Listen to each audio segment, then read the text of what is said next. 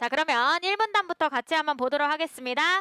정부나 기업이 사업에 투자할 때에는 여기 체크, 현재 투입될 비용이야. 얘들아, 비용은 현재에 쓰이는 거다.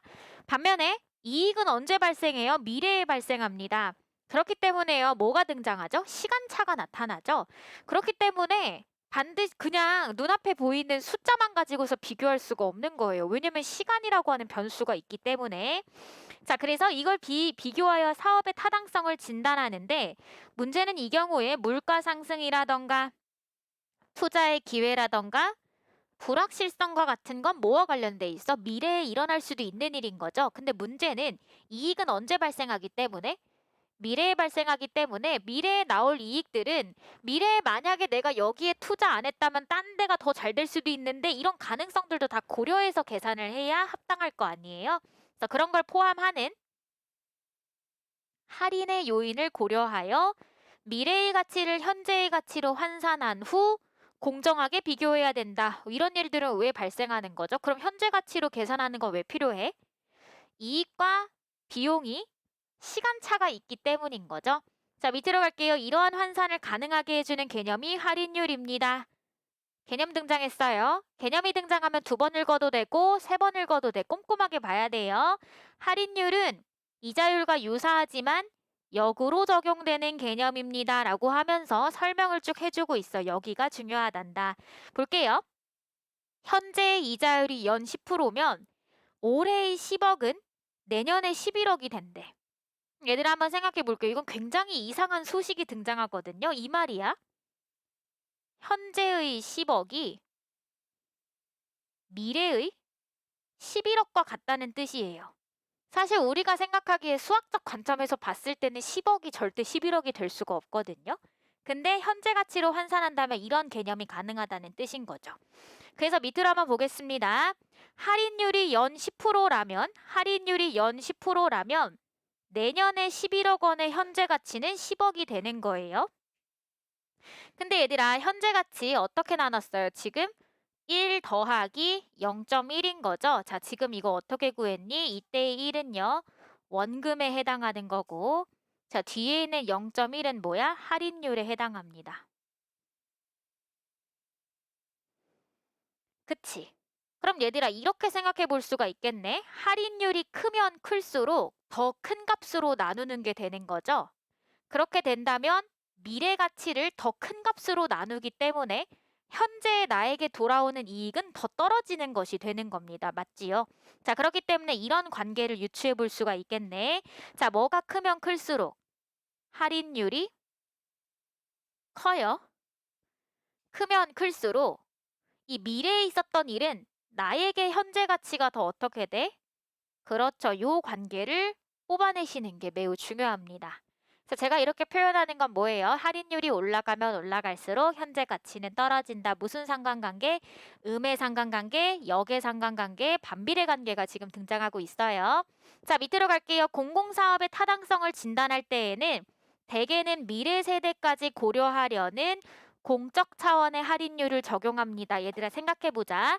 수능이나 아니면 평가원에서는요, 항상 대칭적인 사고를 중요하게 생각합니다. 그렇기 때문에 전통이 등장하면 현대적인 게 등장하게 되고, 그죠? 중세가 등장하면 뭐 근대가 등장하거나 이렇게 규칙적인 사고 또는 대칭적인 사고를 굉장히 강조해 왔어요. 그럼 얘들아 마찬가지로 공적 차원이라는 게 등장하면 뭐도 예측해 볼 수 있어? 그렇죠. 사적 차원도 생각해 볼 수가 있겠죠. 자, 공적 차원의 할인율을 적용하는데 이 공적 차원의 할인율이 바로 사회적인 할인율이다. 사회적 할인율을요, 사실 정확하게 판단하는 것은 사실 어려워요. 그래서 문제가 생기는 거죠. 그래서 어떤 주장이 등장해? 시장 이자율이나 또는 민간 자본의 수익률을 사회적 할인율로 적용합시다 라고 얘기를 하는 거예요. 자, 근데 문제가 생깁니다. 첫 번째. 자, 일단 시장 이자율에 대한 개념 등장하죠. 시장 이자율은 여러분들이 말 그대로 은행에서 보게 되는 이자율을 의미합니다. 근데 얘들아, 이자는요, 뭐에 대한 가치라고 볼 수가 있어요? 시장에서 돌고 도는 돈에 대한 가치라고 볼 수가 있겠죠. 그래서 자본의 공급과 수요에 따라서 결정이 됩니다. 쉽게 한번 생각해 볼까요? 제가 기업을 하나 운영한다고 생각해 볼게요. 저 지금요, 돈이 정말 필요해요. 그러면 얘들아, 돈을 더 주고서라도 꼭 빌려야 되겠지? 그럼 어떻게 해? 나 이자 더 줄게. 이렇게 될 수도 있는 거잖아. 근데 반면에 시장에 돈이 많네? 나는 그렇게 돈이 여기서 딱히 궁하지 않아. 그럼 어때요? 이자율이 줄어들겠죠? 그 얘기를 하고 있는 겁니다. 자, 밑으로 갈게요. 저축을 하는 사람들은 원금을 시장 이자율에 의해 더 큰 금액으로 불릴 수 있고 그렇죠. 대출을 받는 사람들은 대출금에 대한 비용을 지불한다. 이 얘기는 뭐 당연한 얘기인 거죠. 자, 이때 시장의 이자율은 미래 금액을 현재의 가치로 환산할 때의 할인율로도 적용할 수 있습니다. 그죠? 자, 그렇기 때문에 이것을 사회적 할인율로 간주합시다. 그렇다고 치자라고 주장을 하는 거죠. 자, 한편 또 뭐가 나왔어? 민간 자본의 수익률을 적용하자라고 주장하는 것이었죠. 근데 얘들아, 이 수익률을 주장한다는 건 뭐냐면 공공산업에 투자될 자본이 민간 부분에서 이용될 수도 있기 때문에 이 말은 이해되시죠? 어떤 정책을 하려면 돈이 필요합니다. 근데 만약에 그 정책 안 했으면 그 돈 기업에게 지원해 줄 수도 있었어요. 그지? 그 얘기를 하는 거예요. 그렇기 때문에 공공사업에서도 높은 수익률을 요구해야 된대요. 근데 이런 주장은 약간 위험할 수도 있죠. 왜냐면 복지라던가 무상급식과 같은 이런 공공정책들은 수익률을 내기가 굉장히 어렵거든요. 근데 정부가 돈이 안 돼도 마땅히 해야 되는 일들이 있는 거잖아. 그래서 이런 주장이 약간 위험할 수도 있는 거죠. 자, 밑으로 갈게요. 그러나 시장 이자율이나 민간 자본의 수익률을 사회적 할인으로 적용하자는 주장은 문제점이 있습니다. 자, 어떤 점에서 문제가 있을까요? 첫 번째, 공공부문의 수입률이 민간 부분만큼 높다면 이게 첫 번째 전제예요. 쉽게 말하면 야, 공공부문이 그렇게 돈 많이 벌잖아. 그러면 국가가 뭐하러 개입하겠니? 어차피 기업들이 득달같이 들어올 텐데 그 얘기하는 거예요. 민간 투자가 가능한 부분에 이 얘기죠. 왜냐면 수익률이 높다면 뭐가 이루어질 테니까? 민간 투자가 이루어질 테니까. 근데 굳이 정부가 투자할 이유가 있느냐라는 겁니다. 그럼 얘들아, 이 말은 굳이라는 표현을 통해서 뭘 생각해 볼 수 있어? 정부는 기업이 투자하지 않는 것에 있어서 보충적으로 개입한다라는 말을 생각해 볼 수가 있는 거죠. 그래서 얘들아, 45번의 정답은 5번이 되는 겁니다. 근데 얘들아, 이 문제는요, 사실 엄밀히 말하면 좀 배경 지식이 있으시면 조금 더 쉽게 풀 수 있었으리라는 생각이 들어요. 여러분들 그 사회문화 시간에 공공성에 대한 걸 배우실 겁니다. 근데 얘들아, 공공성을요 가진 공공성 국가가 개입하는 상품들 또는 뭐 재화 같은 것들은 좀 독특한 성격을 가지고 있죠. 왜냐면 돈이 잘 안 돼. 근데 반드시 누군가는 해야 돼. 예를 들면 치안이라던가 국방이라던가 또는 도로라던가 이런 것들이죠.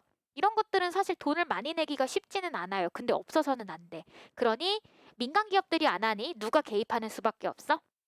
그렇죠. 그래서 정부가 하는 역할이 바로 그런 겁니다.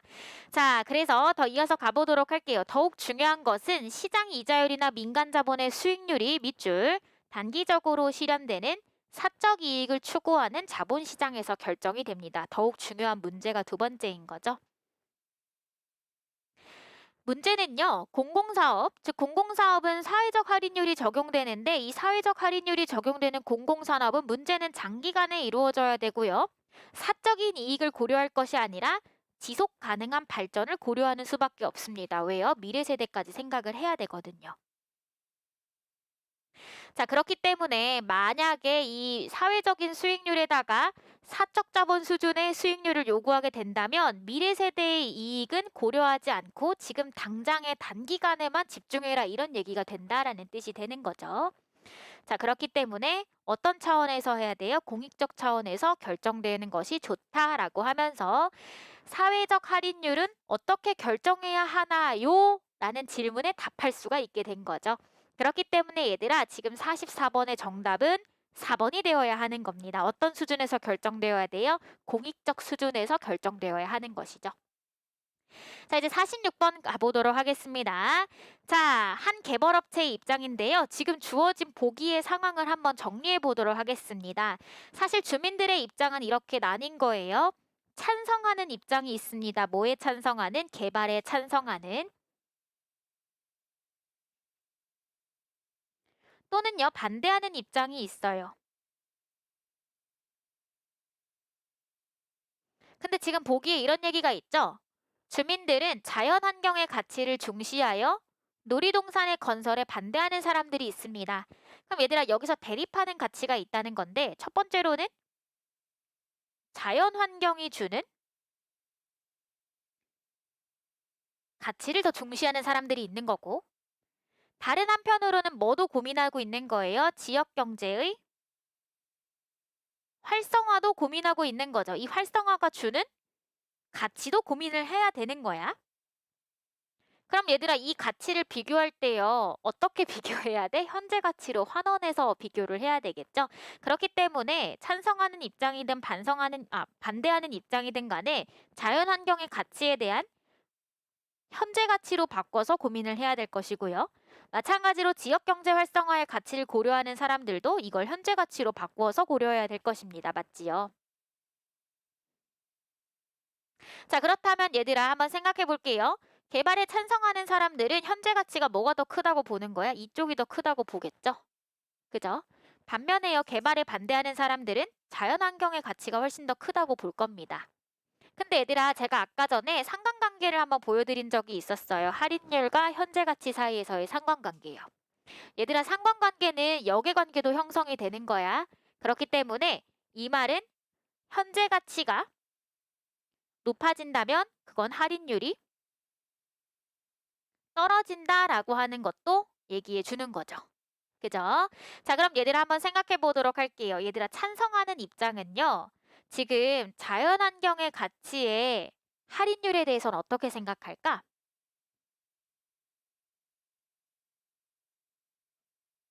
높게 봐야 되겠죠? 그쵸? 그러니까 할인율 자체를 얘는 높게 볼 거고요. 반대쪽은 할인율을 낮게 볼 겁니다. 왜일까요? 현재 가치와 할인율 사이에서는 무슨 관계니까? 역의 상관관계가 형성되고 있으니까요.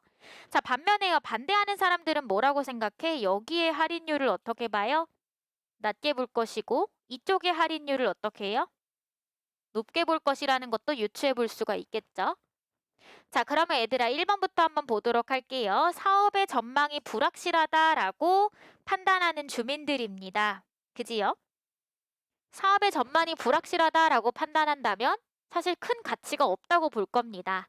맞나요? 그런 사람들은 A, 놀이동산에서 주는 경제 활성화의 이익에 대해서 현재 가치를 어떻게 환산해?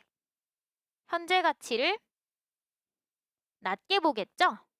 어머, 여기다 이렇게 적으면 안 되지. 밑으로 갈게요. 이 사람들은 A를 어떻게 생각하냐면 A의 현재 가치를 낮게 볼 겁니다. 그럼 얘들아, 그 결론은 뭐예요? 할인율이 그렇죠. 높겠죠. 그러니까 1번은 틀렸네. 2번 가보도록 하겠습니다. 후손을 위한 환경의 가치를 중시하는 사람들은 이 A의 현재 가치를 낮게 볼 겁니다. 그렇기 때문에 결론은 할인율을 어떻게 봐요? 높게 보겠죠? 정답은 2번이 되는 겁니다. 3번 볼게요. 개발업체는 당연히 개발을 해야 돼. 그렇기 때문에 현재 가치를 어떻게 봐? 높게 봐야 될 것이고 따라서 할인율은 더 낮게 볼 겁니다. 맞나요? 따라서 높은이라는 말이 틀렸네요. 4번입니다. 좋은 기회라고 생각하는 사람들은 현재 가치를 높게 보겠죠? 그렇기 때문에 할인율은 낮아질 겁니다. 4번도 탈락이에요.